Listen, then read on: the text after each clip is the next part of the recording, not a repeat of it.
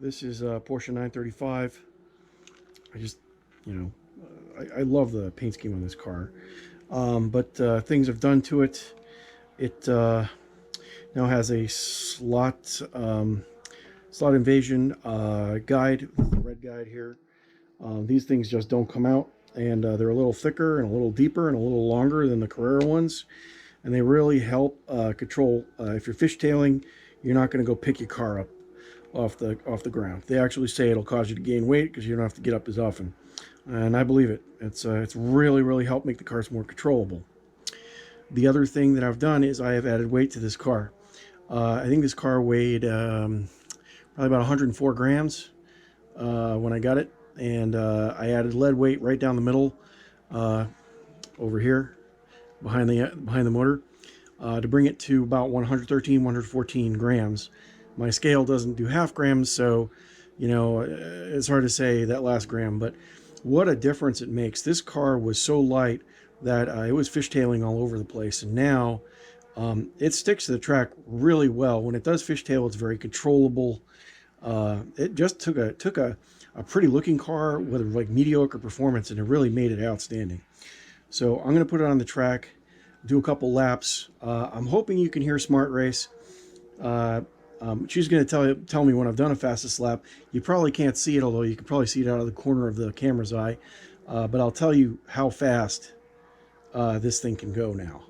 I'm going to clean the tires in the interest of showing you what dirty tires versus clean tires looks like. You'll see after about 15 laps the car does start to behave a little less sticky, but it's just great. Lots of fun to drive.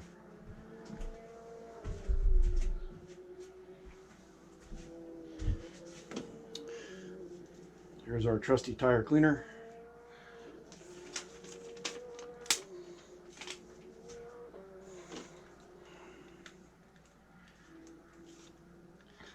You can say I've done about 50 laps so far today, and the tires are pretty good. They're warm, they're kind of sticky, they're still dull, which is really good. You don't want them shiny. When they get shiny, they probably need to be sanded a little bit just to get some bite back on the plastic track. I cleaned the plastic track today with water, and then I sprayed all the metal with electrical contact cleaning. It's like basically Windex for electrical contacts, and it's really good stuff. You'll note also that I've changed the way I do the braids. The braids now curl, and the braids are tight, and that's to prevent shorts. It also lets the conducting surface be the curve rather than the little fronds at the end, and that seems to help the braids stay together a little bit better. It also lets me control how much spring in the braids and how much of the wheels actually contact the track a little bit better. The thing is, it does wear out, so over time, like I'd say either during a pit stop or after every race, you got to kind of really reset them. But I think it really improves the handling of the car as well. So let's put it on the track.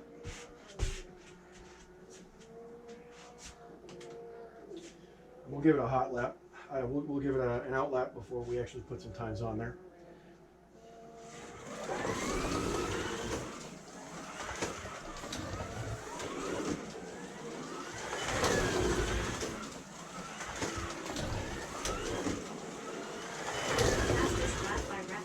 Five 5.3.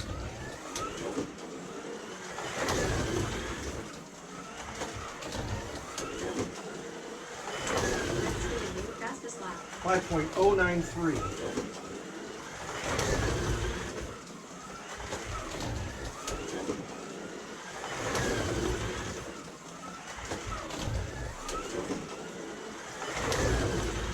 Braking 4 is going to be really hard,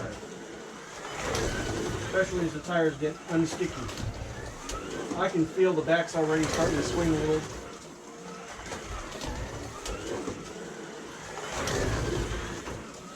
Oh, and we lost it. All right, now, just to give you some sense, I've shown you I can do about almost a 5 dead on the inside lane, which of course is the faster lane on this track. I'm going to reset my counters here. Now I'm going to do the outside lap. Once again, I'm going to clean the tires first so I get a few really, really hot laps out of this. But the outside lane is 2 feet longer than the inside lane. So it is a little slower. It's also, in my opinion, more treacherous because you're on the inside coming off the hill on the far side, and you really have to slow down on the hill. The other tricky thing is there's a little bend when you go under the bridge here, and most cars like to step out if they're on the inside lane of that bend. If you really hammer it coming out of the gradually increasing turn back there, your car is going to be horizontal relative to the track, perpendicular to the track coming through here, and most cars won't tolerate that. So you have to slow down a little bit, and then this, of course, it's a tight turn, so it's always a little challenging. And then likewise, when you're going under the bridge again, because you're reversing and you're on the inside, the tendency is for the car to step out and crash underneath the bridge. I'm still learning how to do that right. It's really tricky. So in general, what I find is that people do tend to string out on the inside lane, but if you have the right car and you practice the outside lane, you can absolutely dominate by using the outside lane to get around slower cars. Anyway, so let's try some of the outside laps.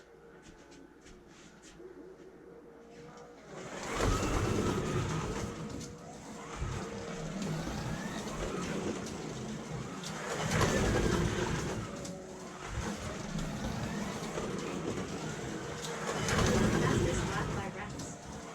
That's a 5.7, Fastest lap by Rex. also a 5.7, Fastest lap by Rex. 5.54.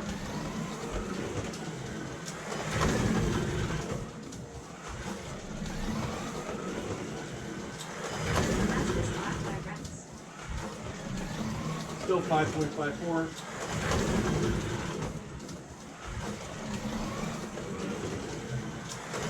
Rex giving you the fastest lap. 5.34. Rex needs to refuel.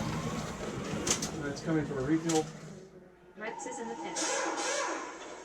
So 5.534. It's not a 5.1. It's not a 5.09. Rex has finished refueling. You can see the car does like to step out. So it is tough, but there are a couple of good runs where if you have the room, you can get around somebody and pass them. Rex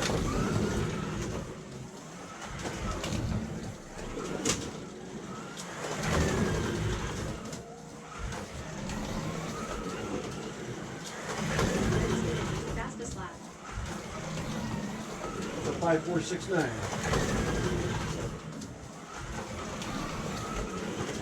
Oh, that would have been a great lap.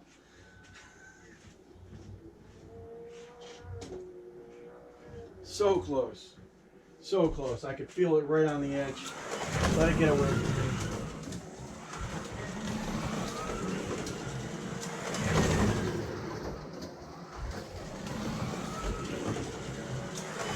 Rex giving you the fastest lap. Oh, 5.34. Couldn't hold it together while I'm looking at the TV.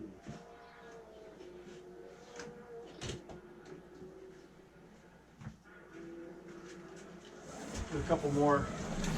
I mean, a 5.3 on the outside is very respectable.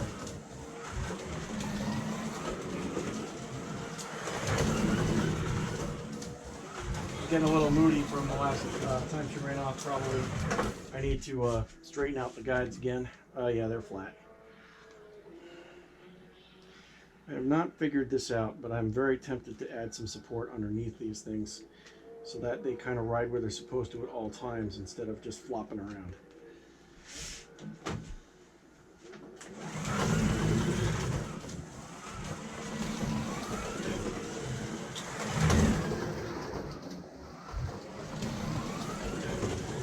So,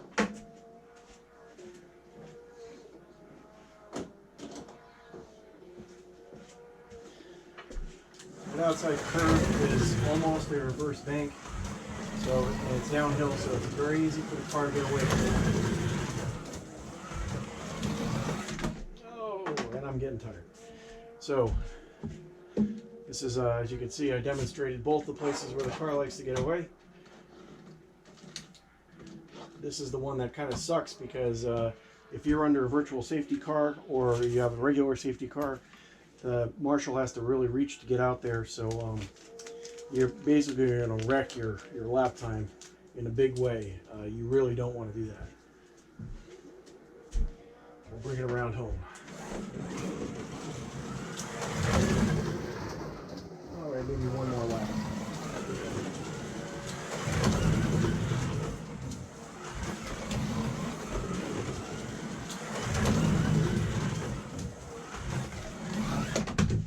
Yeah, you can tell the tires are dirty now. It's really stepping out.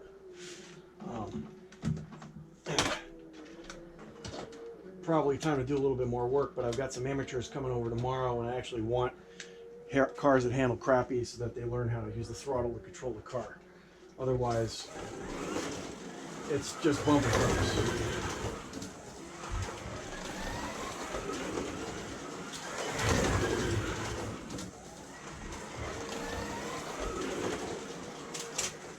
Rex is in the pit. All right, well, that's all for this car. Thanks for playing. Talk to you later.